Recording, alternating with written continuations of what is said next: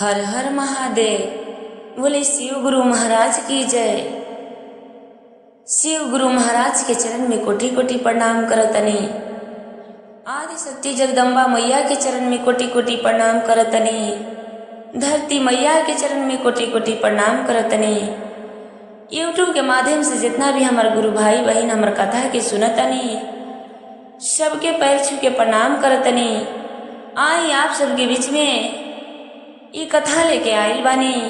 ये कथा के रौरा सब भरपूर सुनब, आधा अधूरा कौनो कहानी के ना सुनल जाला गुरु बहिना, बड़ा प्यार से के सुनब। आई ये कहानी शिव गुरु महाराज आ गौ माता और एगो बुढ़िया माई के बा। बड़ा प्रेम से कथा के सुनब जा। आई चल तनी कथा के ओर। ए गुरु बहिना, एगो छोटा सा गांव बा। ओ गांव में एगो बुढ़िया माई रहतारी। ओ बुढ़िया माई बचपने से भगवान के शिव चर्चा भजन करतारी। करते करते उनकर दिन व्यतीत होखल जाता।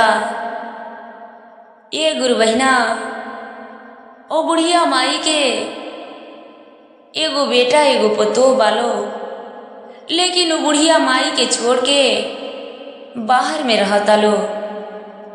बुढ़िया माई गांव पर रहतरी आउ एगो गाय रखले बड़ी। ए गुरु बहिना, बुढ़िया माई ओही गौ माता के सेवा पानी करतरी, अपने घरे रहतरी आ भगवान के भक्ति करत फिरतरी। ए गुरु बहिना, ओ गौ माता जवन बाड़ी, बड़ा उनका बुढ़िया माई से प्रीत बा। आ बुढ़िया माई गौ माता से बड़ा प्रेम करतरी। जब बुढ़िया माई ए गुरु बहिना सुबह के भोजन बनावतरी, तो आधा अपने खतरी, आधा गौ माता के ले जाके खियावतरी। और रोज 2 आदमी के भोजन बनावस। शाम सुबह दोनों टाइम गौ माता के देश अपनहु खास। ए गुरु बहिना, गौ माता जवन रहली रोज बुढ़िया माई से आपन दुखम सुखम कहस। बुढ़िया माई उनकर भाषा समझस आ बुढ़िया माई के भाषा उ समझस। दोनों जानी भगवान के प्रति बड़ा अटूट भक्ति करत रहेलो। बुढ़िया माई तो अपन मंदिर में जाके शिव गुरु महाराज से अपन बेटा पतोह के लंबा उम्र मांगस, अपन गौ माता के लंबा उम्र मांगस। ए गुरु बहिना, गौ माता ओहो अपना भाषा में बुढ़िया माई के देखा देखी अपना भाषा में ओहो शिव गुरु महाराज से अपन दुआ दुहाई मांगस। बुढ़िया माई के मांगस, बुढ़िया माई के बेटा पतोह के मांगस।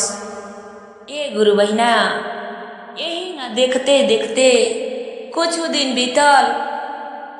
एक दिन के बात है गुरु बहिना, बुढ़िया माई के बड़ा जोर के तबीयत खराब हो गई।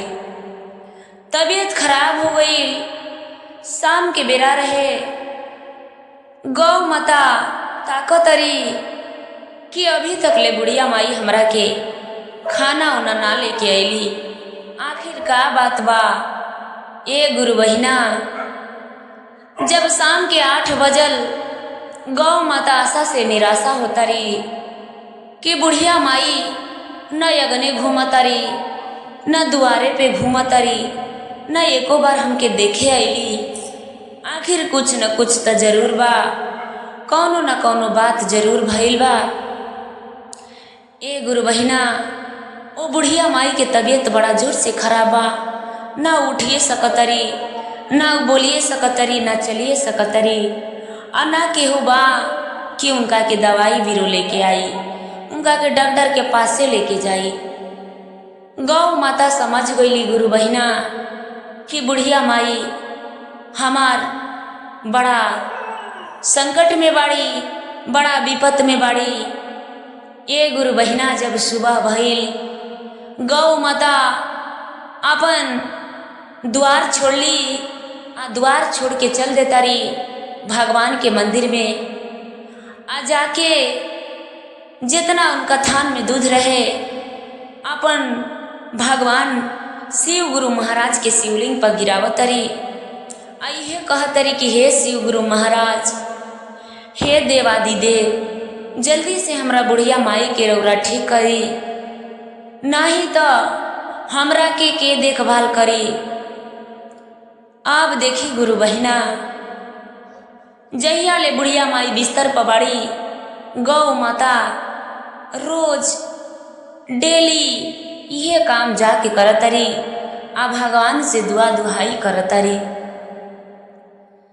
बुढ़िया माई सोचतरी अपना मन में कि हमरा से तो ना चलिए जाता ना बोलिए जाता, का जने हमर गौ माता खूटे पबाड़ी कि जाके केनियो चरत उरत बाड़ी, हम तो मरते बानी, ओहो खैला बेगर मर जाइए।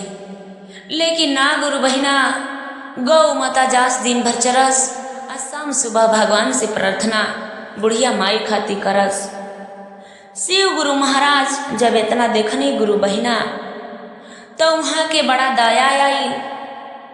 हमनी के गुरु जी सोचतानी कि देखो एगो जानवर होके इतना एकरा दर्द बा, तो बताओ इंसान के दिल में कितना दर्द होखी। हमनी के शिव गुरु महाराज सोचतानी कि गौ माता तो बड़ा गुहार लगाओ तरी अपना बुढ़िया माई खाती। एक दिन 2 दिन देखनी, 3 दिन देखनी हमनी के शिव गुरु बहिना। एक दिन आइए गोइनी, आके शाम के टाइम रहे, दिया बारे के बेरा रहे गुरु बहिना। जब ना बेरा हमार गुरु बहिना लोग घर में दिया बार के देखावे लालो, आके आ भगवान वही मंदिर पर बैठ के विश्राम करतनी। तब तक ले गौ माता इन्हें से छूटल बड़ी।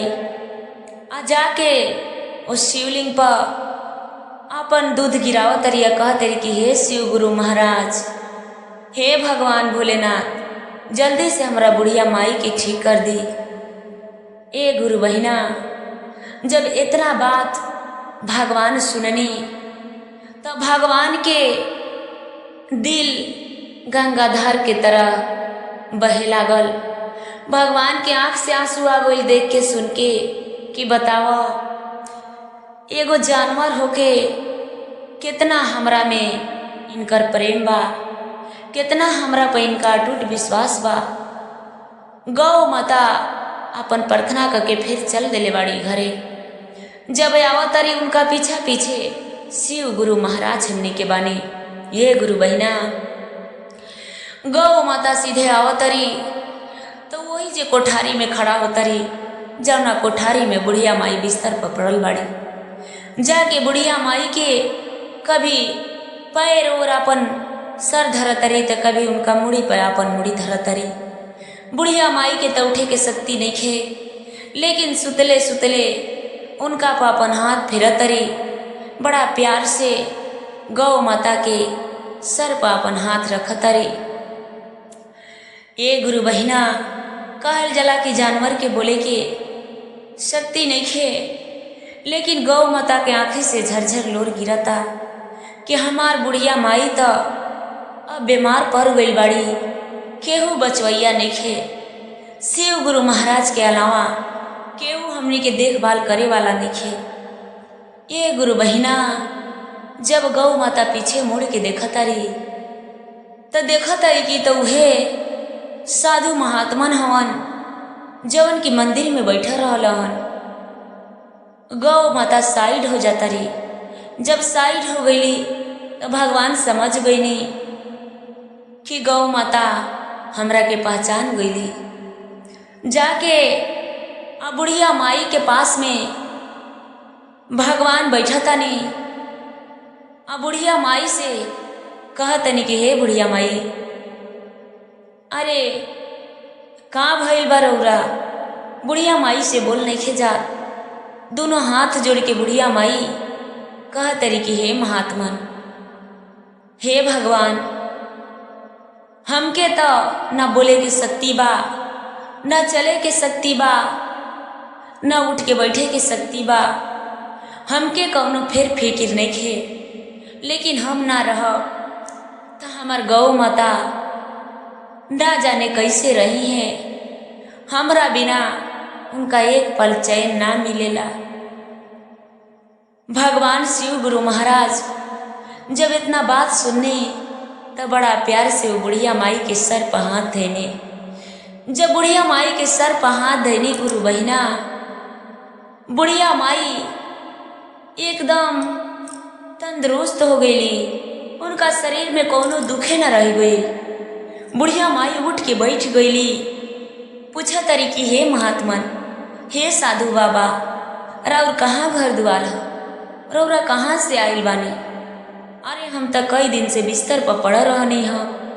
रौरा हमरा माथा पर हाथ रखते ऐसन बुझाइल ह कि हम कबो के बीमारिये नहीं खी पड़ल, कबो के हमरा बीमारी नहीं खे भइल।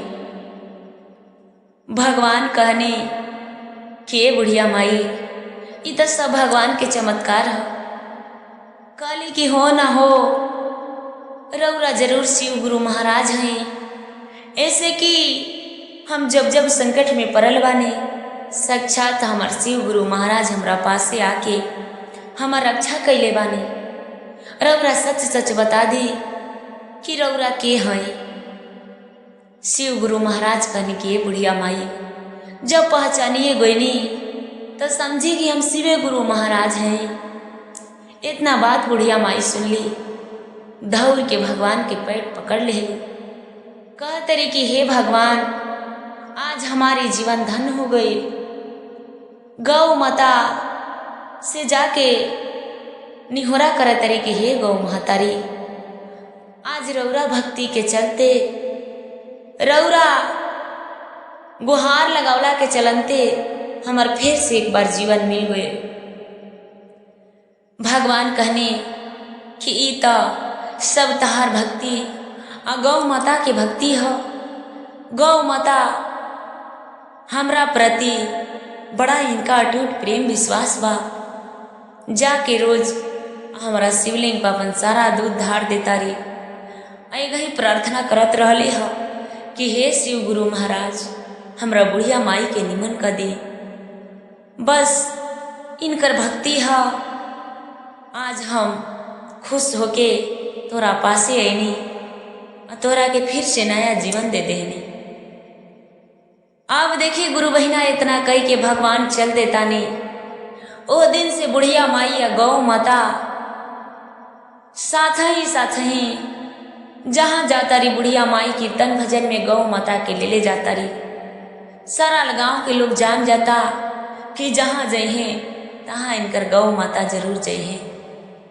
अपन दोनों जानी भगवान के शरण में, भगवान के स्थान में बड़ा बढ़िया से दिन काटता लो, बड़ा बढ़िया से दिन व्यतीत करता लो। ये गुरु बहिना, तो कहल जला कि जानवर का एगो छोट जीव रही, एगो पक्षी रही, वो भगवान के दिल से मान दी, भगवान साक्षात ओकर हर कष्ट हरि। आई प्रेम से बोले शंकर भगवान की जय।